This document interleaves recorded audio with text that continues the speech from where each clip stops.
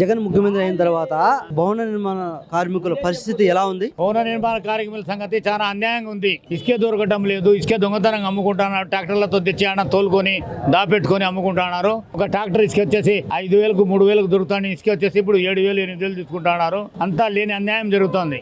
పనులు దొరక్క చచ్చిపోతున్నారు జనాలు. ఎక్కడంటే అక్కడ దొరికి కూలీలు కూడా వాళ్ళకి ఇచ్చే కూలీ కూడా అన్నాన్ని కూడా సాలటం లే. కూలీలు పెంచేవాళ్ళు లే, ఏమీ అంతా అన్యాయం. ప్రతి కరెంటు కానించి ప్రతి ఒక్కటి కానించి పెరిగిపోయింది. పాపం పెరిగిపోయినట్టు. రాష్ట్రంలో ఇసుక ఎందుకు దొరకడంలా? రాష్ట్రంలో ఇసుక ఎందుకు దొరకంటే దొంగతనంగా అమ్ముకుంటున్నారు. అంతా బయటికి పోతాను, అంతా బయట తోలుతున్నారు. ఎక్కడికంటే అంటే హైదరాబాద్ ఆడికంటే ఆడిపోతుంది. అక్కడ అమ్ముకుంటున్నారు. మనకి ఆడ దొరుకుతుంది. ఇప్పుడు భవన నిర్మాణ కార్మికులకు ఖర్చు పెట్టాల్సిన డబ్బును ఈ ప్రభుత్వం పక్కదారి పట్టిస్తుందా?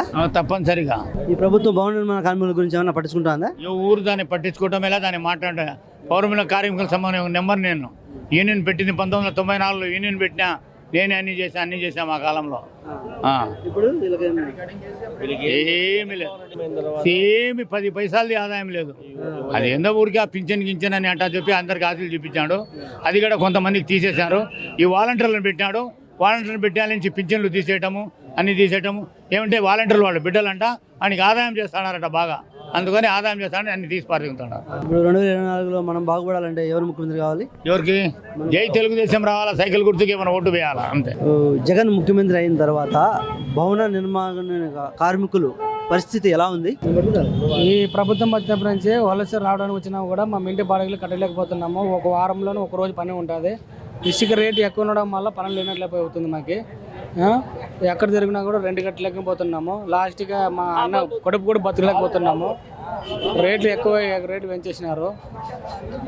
రాష్ట్రంలో ఇసుక ఎందుకు దొరకడంలా? బయట రాష్ట్రాలకి ఎక్కువ వలస వెళ్ళిపోతుంది. ఇసుక కూడా దొరకటం లేదు. ఈ ప్రభుత్వం భవన నిర్మాణ కార్మికులు ఏమైనా పట్టించుకుంటుందా? ఎవరు ఏం పట్టించుకోవట్లేదు. ఒక రోజు పని ఉంటే వారం రోజులు లేదు. కనీసం వీళ్ళు అద్దె కట్టడానికి కూడా మా చేత కాకపోతుంది. రేట్లు అన్నీ పెరిగిపోయినవి. దానివల్ల మాకు ఏమి దొరకట్లేదు. కరెంటు బిల్లు విపరీతంగా పెరిగిపోయింది. దానికి కూడా ఏం పామాయిల్ అన్ని రేట్లలో పెరిగిపోయినవి. కందిపప్పు అన్నీ తినలేకపోతున్నాము. రైస్ కూడా దొరకటం లేదు. అన్నీ వెళ్ళిపోతున్నవి. మాకు కనీసం పట్టుకోడు కూడా దొరకట్లేదు. ప్రభుత్వంలో ఎలా ఉన్నారు మీరు? వచ్చిన ప్రభుత్వంలో మాకు రకంగా మేలు ఉంది. దాంట్లో తర్వాత ఈ ప్రభుత్వం వచ్చిన తర్వాత ఏం లేకపోతుంది. ఇప్పుడున్న పరిస్థితుల్లో మన రాష్ట్రం బాగుపడాలన్నా, మనం బాగుపడాలన్నా 2024లో ఎవరు ముఖ్యమంత్రి అయితే బాగుంటుంది? ఎవరు ప్రభుత్వం మనకు బాగా చేసేవాళ్ళు కాదు. మనకి ఎవరు టీడీపీ అయితేనేమో, జనసేన పార్టీ అయితేనేమో, వైఎస్ఆర్ అయితేనేమి మాకి జనాలకి బాగా చేసేవాళ్ళు కావాలా. అలా ఈ వైసీపీ ప్రభుత్వం వచ్చినప్పటి నుంచి మద్యపానం తీయేస్తా అన్నాడు జగన్మోహన్ రెడ్డి. మందు ఎలా ఉంది? ఏముంది, మొత్తం కల్తీ ముందే ఉంది. అంత ఇప్పుడు మొత్తం కల్తీ ముందే ఉంది. అప్పుడు ఏదో 50 రూపాయలకు వచ్చే ముందు ఇప్పుడు ఏదో 150 రూపాయలు, 230 రూపాయలు, 250. అప్పుడు ఎంసీ బ్రాందీ, మామూలు మంచినెస్, ఎంసీ, అది ఐబీ, అలాంటి అనీబీ మొత్తం అలాంటివి ఉంటుండే. ఇంక పిచ్చారు నాకు కూడా బీర్లు కూడా ఉంటుండే. అలాంటివి ఒక 120కి వచ్చేటివి, 190 రూపాయలకు వచ్చేటివి. ఇప్పుడు అలాంటివి 250 రూపాయలు, 290 రూపాయలు అలాంటివి ఇస్తే మేము పని చేసుకునే వాళ్ళు. అట్లా పని చేసుకునే వాళ్ళు ఏదో మా సాయంత్రం పూట ఒక 90 వేసుకొని పోయింటికి పోదామంటే ఇప్పుడు ఒక క్వార్టర్ కాదు 2 క్వార్టర్ లాగానే నేటి దాకా ఎక్కదు. అసలు అది చేసిన లెక్క అంతా ముందుకే పోతుంది. ఇంకా మేమే ఇంట్లో పిల్లలు ఏం చేయాలి, సంసారం ఏం చేసుకోవాలి. ఇంకా ఈ జగన్మోహన్ రెడ్డి వచ్చినప్పుడు ఇలా ఉంది పరిస్థితుల్లో. చంద్రబాబు వచ్చినప్పుడు చంద్రబాబు ఉన్నప్పుడు ఏదో అన్నం క్యాంటీన్ ఉందా, ఇంత 5 రూపాయలు పెట్టి అన్నం తింటుంటే మీద ఎంత ఏదో ఆడ అందరూ ఆ క్యాంటీన్ ఫోన్ చేస్తున్నాడు. ఏదో ఉందో సరేలే, వాళ్ళ నాన్న పేరు పెట్టుకోవచ్చు, ఏదో దాన్ని పెట్టవచ్చు కదా, అట్లే కంటిన్యూ చేయొచ్చు కదా. దాన్ని ఎందుకు బంద్ చేయాలి? ఏదో ఒక 5 రూపాయలు పెట్టాడు, ఏదో చింటుడు మీద పిల్లలు లేకుండా అట్లా ఏదో ఒక 90 వేసుకొని అంటే చింటుడు మీద. భవన నిర్మాణ కార్మికులు ఇప్పుడు పనులు లేకుండా అయిపోయి మొత్తం ఉసుక ట్రాక్ అయిపోయింది. ఏదో భీమ్ ఒక 10 రూపాయల కేజీ వచ్చే భీమ్ 20 రూపాయల కేజీ అయిపోయింది. స్టోర్లో పోయినా మాకు ఏడ వేయట్లే అసలు. కల్తీ భీమ్ మొత్తం. ఒక భీము మామూలు ఒక షేర్ భీమ్ బాగుంటే ఒక షేర్ భీము అదేదో బెండ దినాలు తెలుతున్నాం. అంతా నాన్న తేకుండా అంతా కల్తీ. అంతా బురుగులు దినాలు తెలుతున్నాం. అంతా అవి భీమ్ పైకి తెలుతున్నాం. అంతా కల్తీ ప్లాస్టిక్ భీమ్ అంతా. మాకేముంది లాభము? ఈ జగన్మోహన్ రెడ్డి వచ్చినప్పుడు మాకు ఏం ఫలితం లేకుండా. చంద్రబాబు ఉన్నప్పుడు కొంచెం మాకు ఉంది ఫలితం. మొత్తం అన్నింటిలో సిమెంట్లో ఉసుక రేటు పెంచినాడు, సిమెంట్ రేటు పెంచినాడు, కడ్డీల రేటు పెంచినాడు. వాళ్ళకి ఏమన్నా మేస్తలకు ఏమన్నా పని ఉంటే మాకుంటే తెలిపాలకి ఏమన్నా, వాళ్ళకే పని లేకుండా మాకేముంటుంది. అందుకే ఈ జగన్మోహన్ రెడ్డి మాకు ఏం ఫలితం లేదు కాబట్టి తెలుగుదేశమే కావాల్సింది. తెలుగుదేశమే రావాల్సింది. చంద్రబాబే. చంద్రబాబు కావాల్సింది. ఇప్పుడు వైసీపీ ప్రభుత్వం వచ్చినప్పటి నుంచి భవన నిర్మాణ కార్మికుల పరిస్థితి ఎలా ఉందన్న? వైఎస్పీ ప్రభుత్వం వచ్చినప్పటి నుండి మేస్త్రీలకి పని లేదు, లేబర్లకి పని లేదు. ఇసుక రేటు పెరిగిపోయింది. ఇప్పుడు ఏ పని ఒప్పియాలన్నా ఓనర్లు భయపడతారు, ఓనర్లకి రేటు ఇవ్వాలన్నా మేస్త్రీలు భయపడతారు పనులు ఒప్పుకోవాలన్నా. ఇప్పుడు సిమెంట్ రేటు పెరిగిపోయింది, కడ్డీల రేటు పెరిగిపోయినాయి. పనులు ఒప్పుకోమంటే వాళ్ళ పనులే లేవు. ఈ ఉంటే ఓనర్లు 10 రూపాయలకి ఏమంటే వాళ్ళు 20 రూపాయలు కడితే ఎన్నికి తగ్గుతున్నారు. ఏన్నటి పనులు బేద సాధ ఎట్ట బతుకుతారు? అది కథ. 700 కూలి అంటారే కానీ 700 కూలి ఏమొస్తుంది? 25 కేజీల బియ్యం ప్యాకెట్ 2000, 3000 చెప్తున్నారు. ఎట్ట బతుకుతాడు? ఏ విధంగా కష్టం చేసుకుని పనులు లేవు, పాటలు లేవు. కరెంటు బిల్లులు పెరిగిపోయినాయి.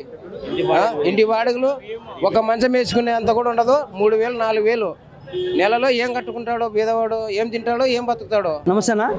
నమస్తే సార్. జగన్ ముఖ్యమంత్రి అయిన తర్వాత భవన నిర్మాణ కార్మికుల పరిస్థితి ఎలా ఉంది?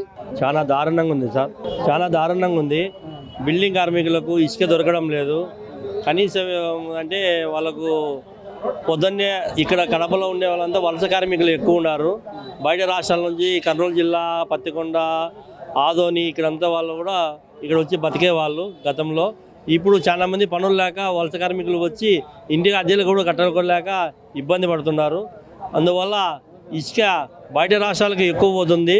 ఈ బయట రాష్ట్రాలకు పోయేది కాక ఇక్కడ కడపలో క్వారీలు కొన్ని పెట్టినారు. అక్కడ కూడా బిల్లుల రూపంలో రాసి ఇవ్వడం లేదు, గవర్నమెంట్కి చెందడం లేదు. బిల్లు వెనక పక్క అమౌంట్ రాసి ముందు పక్క కొద్దిగా అమౌంట్ రాసి మాత్రమే ఇస్తున్నారు. అది కూడా కావాలంటే ట్రాక్టర్లతో కూడా విచారించవచ్చు. ట్రాక్టర్లు కూడా చాలా మంది వ్యతిరేకిస్తే మీరు ఎత్తుకుంటే లేకపోతే లేదు, మీరు ఏం చేసుకుంటారని పోలీసులతో బెదిరిస్తున్నారు. అది ఎందువల్ల బిల్డింగ్ కార్మికులకు పనులు లేవు. పనులు లేక భవన నిర్మాణ కార్మికులు పడే ఇబ్బందుల గురించి ప్రభుత్వం ఎందుకు పట్టించుకోవడం లేదు? గవర్నమెంట్ నవరత్నాలు ఇస్తామంటున్నారు కానీ బిల్డింగ్ కార్మికులు సంక్షేమ బోర్డులో ఉండే డబ్బులన్నీ కూడా నవరత్నాలకు మళ్ళించింది. కానీ జగన్మోహన్ రెడ్డి సీఎం అయిన తర్వాత ఒక మిలిటరీ బెనిఫిట్ కూడా ఇవ్వలేదు. దాంతోపాటు కార్డు కూడా ఇచ్చే పరిస్థితి కూడా లేదు. దాంతోపాటు ఇక్కడ ఉండే లీగర్స్లు కూడా జీతాలు ఇచ్చే పరిస్థితి కూడా కనిపించడం లేదు. బోర్డు ఆఫ్ చేసి పరిస్థితి కూడా ఏర్పడుతుంది. గతంలో వాళ్ళ నాయన సీఎం అయినప్పుడు కడప రాష్ట్రంలో మన రాష్ట్రానికి ఆంధ్రప్రదేశ్కు బోర్డు తెచ్చినాడు కానీ ఈయన కొడుకు తీసేసే పరిస్థితుల్లో జగన్మోహన్ రెడ్డి ఉన్నాడు. భవన నిర్మాణ కార్మికులు ఖర్చు పెట్టాల్సిన నిధులు ప్రభుత్వం పక్కదారి పట్టిస్తుందా? గవర్నమెంట్ బిల్డింగ్ కార్మికులకు ఖర్చు పెట్టాల్సిన డబ్బులను ఖర్చు పెట్టినది కాగా నవరత్నాలకు తీసుకొని కనీసం అంటే సంక్షేమ బోర్డులో నిధులు కూడా కేటాయించింది. అసెంబ్లీలో నిధులు ఏం కేటాయించలేదు. మా నుంచి పనిచేస్తే దాదాపు కార్మికులు పనిచేస్తే సెస్ రూపంలో వచ్చిన కొన్ని కోట్ల డబ్బులు వస్తున్నాయి. కానీ అవి కూడా మనకు డబ్బులు ఖర్చు పెట్టకుండా పక్క సంక్షేమ బోర్డుకు మళ్ళిస్తున్నాడు. అది కరెక్ట్ కాదు. తన సొంత అత్త సొమ్ము అల్లుడు దానం చేసినట్లు సంక్షేమ బోర్డు నుంచి డబ్బులన్నీ కూడా తన సొంత ఖర్చులకే వాడుకుంటున్నాడు తప్ప కార్మికులకైతే ₹1 ఖర్చు పెట్టలేదు.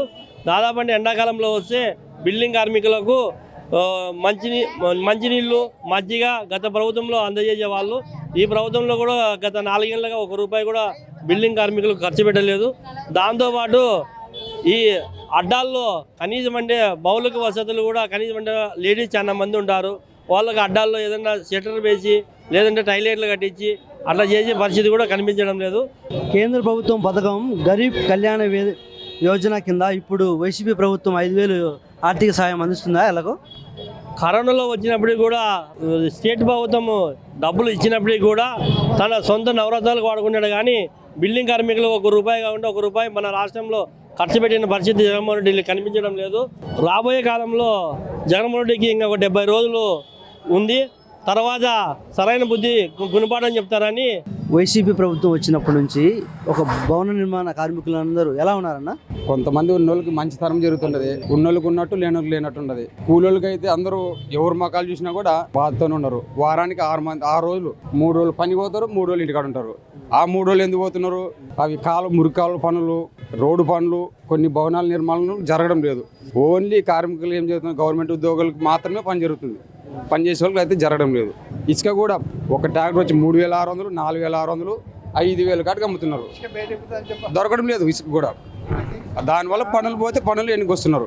9:30, 10 అయితే ఇంటికి వస్తారు సద్దులు కట్టుకొని. ఎవరు పని పోవడం లేదు. 10 మంది పని పోతే 5 మంది ఇంటికాడ ఉంటున్నారు. దీంట్లో ఇదే జరిగేది, ప్రతిరోజు ఇదే జరుగుతున్నది. ఇప్పుడు పనులు లేక ఇబ్బందులు పడుతుంటే ఈ ప్రభుత్వం భవన నిర్మాణ కార్మికులను పట్టించుకోవడం లేదా? పట్టించుకుంటారు. ఓన్లీ ఎట్లా పట్టించుకుంటారు అంటే వాళ్ళ పనులు, గవర్నమెంట్ పనులు ఏదైతే ఉంటుందో వాళ్ళ పనులు మాత్రం పట్టించుకుంటారు. ఇంటి పనులు పోయేసరికల్లా ట్యాక్సీ పడుతుంది అంటారు, రోడ్డు వదలాలంటారు, ఇసుక దొరకదు అంటారు, కూలీలు రేట్లు పెంచినారని మొత్తం బ్లాక్ చేస్తున్నారు మమ్మల్ని. 100 మందిలో ఒక 10 మంది మాత్రమే సంతోషపడుతున్నారు, 90 మంది బాధపడుతున్నారు. ఇదైతే కన్ఫర్మ్. గత ప్రభుత్వంలో ఎలా ఉన్నారు మీరు? గత ప్రభుత్వం అంటే కూలీలు తగ్గట్టు పనులు తగ్గట్టు పర్లేదు, కూలీలు బాగున్నట్టు పనులు కూడా బాగా జరుగుతున్నాయి. ఇంతకు ముందు 1200 చదువుకున్నప్పుడు ఒక్కరు కూడా ఇంటికి వెళ్ళారు. ఈ ప్రభుత్వం 1300 చదువుకొచ్చినప్పుడు 16 మంది 20 మంది ఇంటికాడ ఉంటున్నారు. ఎందుకు ఉంటున్నారు అంటే పనులు దొరకడం లేదు, కష్టమవుతున్నాయి. వారానికి వచ్చి ఒక 4 రోజులు 3 రోజులు పని పోతున్నారు.